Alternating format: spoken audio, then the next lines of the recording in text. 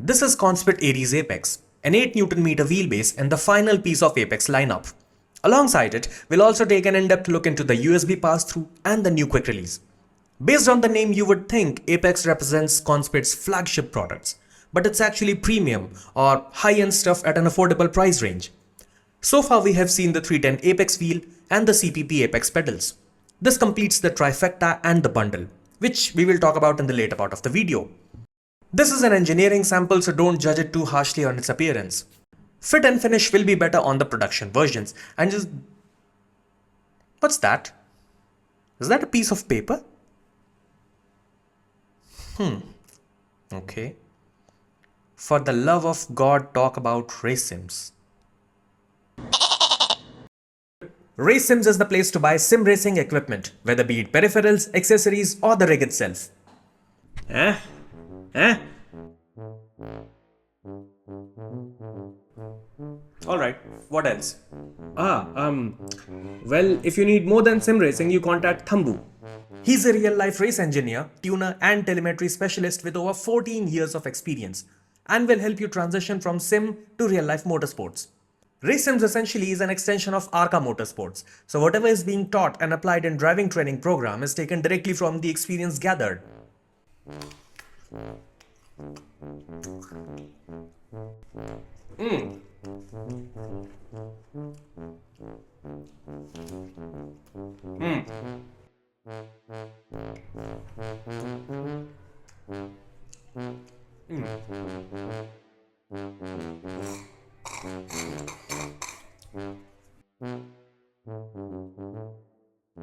Are you done? Almost. Do I get a discount? Sure. Code Napman.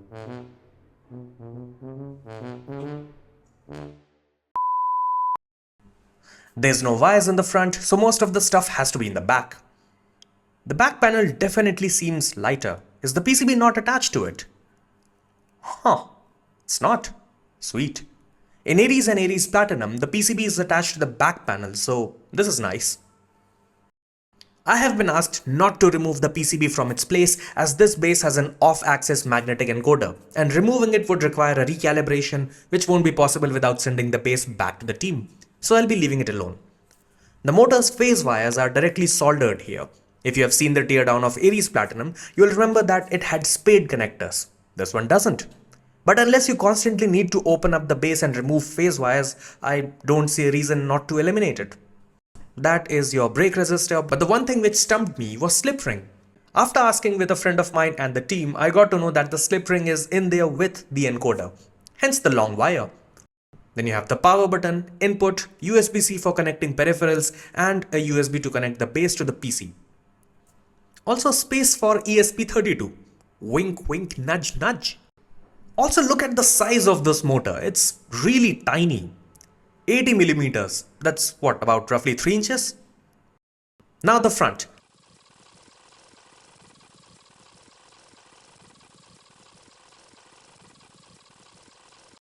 This is the USB pass-through which we will cover in depth later on. Quite interesting thing this is. Now in order to see the motor, I had to remove the locking collar and the flange, and I tried to remove it but I could not, so I adapted. All we need to do is count the number of magnets. Let's start with this one. 1, 2, 3, 4, 5, 6, 7, 8, 9, 10, 11, 12, 13, 14, 15, 14. So 7 pole pair motor, similar to how Aries and Aries Platinum has. Also, I did confirm from the team this is not the same motor as the 12 Newton meter Aries. This is a different one. With internals covered, let's reassemble it and do a quick test to see if everything is working as intended.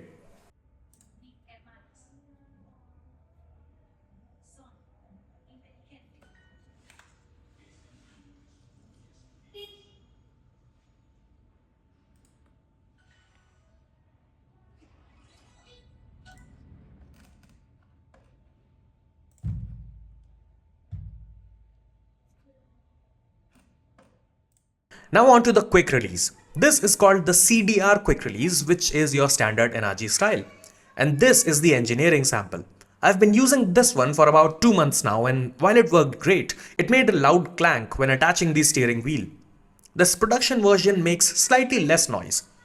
I tested the noise each QR makes by using a simple decibel meter app on the phone. On an average, production version reaches a max of 90-91 decibels, whereas the engineering sample averages a max of 99 to 100 decibels. It's definitely noticeable.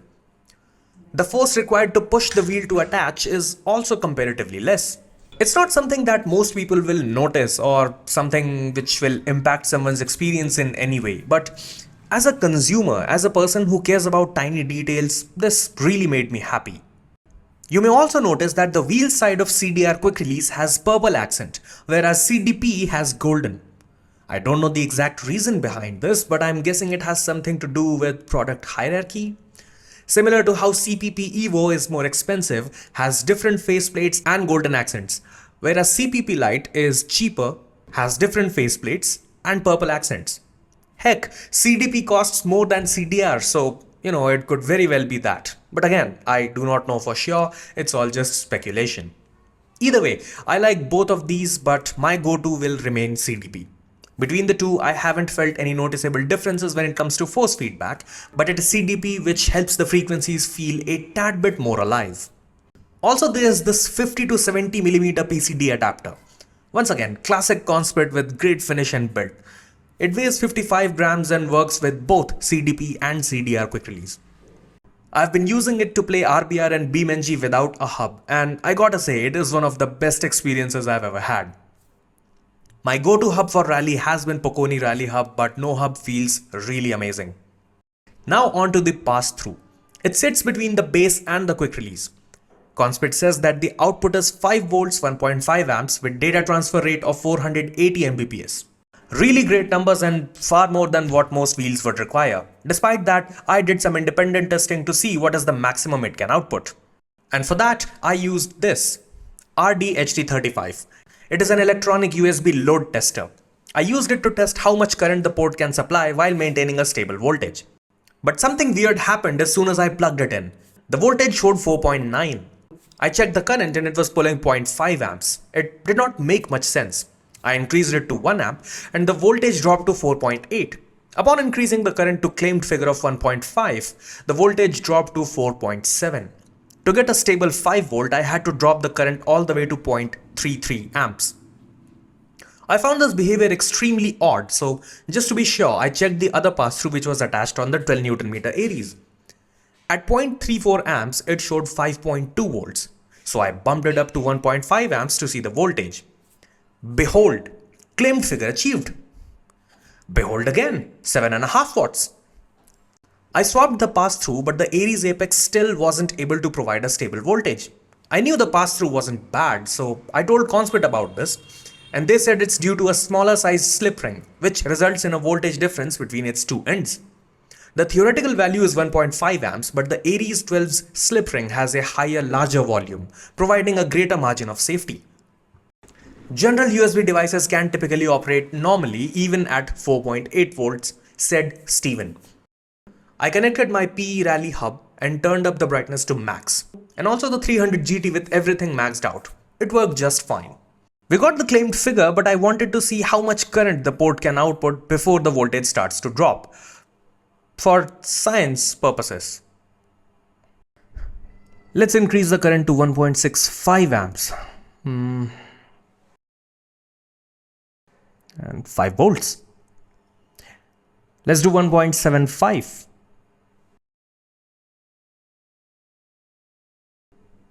5 volts again.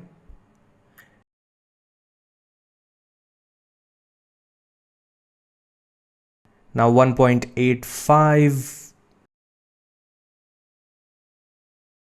4.9. There we go. 1.95. We are at 4.9 volts still. Okay. 2.05 amps and wow, okay. 2.15. 2.25. Okay. 2.35 and there we go, 4.8, finally. Conspit rated the port at 5 volts 1.5 amps, but I tested it holding 5 volts up to about 1.8 amps. Only past 2.2 amps did the voltage start to dip to 4.8, which means the regulator has a bit of overhead but not enough for sustained overcurrent. Now HD35 is fairly accurate, but let's assume the margin of error is 0.1 volts. Still, we are left with 5 volts at 1.8 amps. Far more than what Conspit claimed and sufficient enough for the vast majority of wheels. Now before we talk about its performance, I want to give you guys a quick update. I'm currently developing a new testing methodology for wheel-based reviews, and since it's still in development, this review is going to be based solely on subjective feel. By the time it gets completed, the base will be running the public firmware, which will make the testing and results more interesting to look at and more meaningful. With the whole approach of premium stuff at an affordable range, I was skeptical for a wheelbase at first. But after jumping back and forth between this and the 12 Nm Aries, my skepticism was laid to rest. This base delivers sustained 8 Nm of torque and it feels bonkers. Whatever I feel in here does not feel like it's coming from an 8 Nm base. If keeping the torque aside, the overall feel is identical to 12 Nm Aries in almost every manner perceivable. I have said it in the past that Conspit bases have incredible feedback for anything rally related. RBR feels amazing. The weight transfer, the way the frequencies drop off and merges into the next one, the way the force feedback gets trailed off after getting a sliding car under control, it's really insane. But to me, that wasn't the surprising part. The surprising part was BeamNG Rally. I was not expecting this as it is quite hard to find the right balance, but the best part is it took me merely 5 minutes to find my optimal settings. Whether be it on gravel or tarmac, I genuinely had loads of fun. On track racing side of things, the story is same. I was easily able to match my usual times on Automobilista 2 and Assetto Corsa Competizione without any effort. Not once I felt like I downgraded from Aries Platinum. Again, keeping the torque aside, it felt really great. The curb effects, the slip effects, everything was on point. There's no notchiness, no grain, no nothing. Only good feel. It seems as if Conspit is trying to redefine what entry level means. Minus the price, of course. Now so far we have seen the 310 Apex, CPP Apex pedals and now the Aries Apex wheelbase. 310 Apex is $349, CPP Apex for 2 pedals is $319 and $369 for 3 pedals. Aries Apex is $419. The total comes to $1,087 with 2 pedal sets and $1,137 with 3 pedal set. Conspit is offering the bundle with 2 pedal set for $999, which to me seems like a great deal for 3 reasons. Number 1, CPP Apex pedals are really good. The pedal resistance is very impressive compared to the entry-level pedals and as discussed in its video, the brake is nothing short of amazing. Reason number 2, the Aries Apex is a very impressive wheelbase considering it is positioned as an entry-level wheelbase. Despite having a different motor than the 12 Nm Aries, I am really amazed as to how Conspit managed to tune it. Reason number 3. The 310 Apex is a really great entry-level wheel and in my opinion completes the bundle nicely for people looking to step up from belt-driven wheelbases. If I was in the market, maybe I would ignore the 310 Apex, but the wheelbase and pedals are genuinely exciting as they are serious attempts at bringing better products to the entry-level category.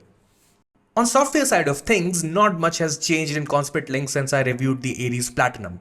The layout is still the same, the sliders and terminologies are still the same, there's a new button to enable or disable torque from the software, which is great, but aside from that it's, like I said, pretty much the same. Now to wrap things up, Aries Apex is an impressively tuned wheelbase for its class and challenges the definition of entry level by providing feedback which rival higher end models.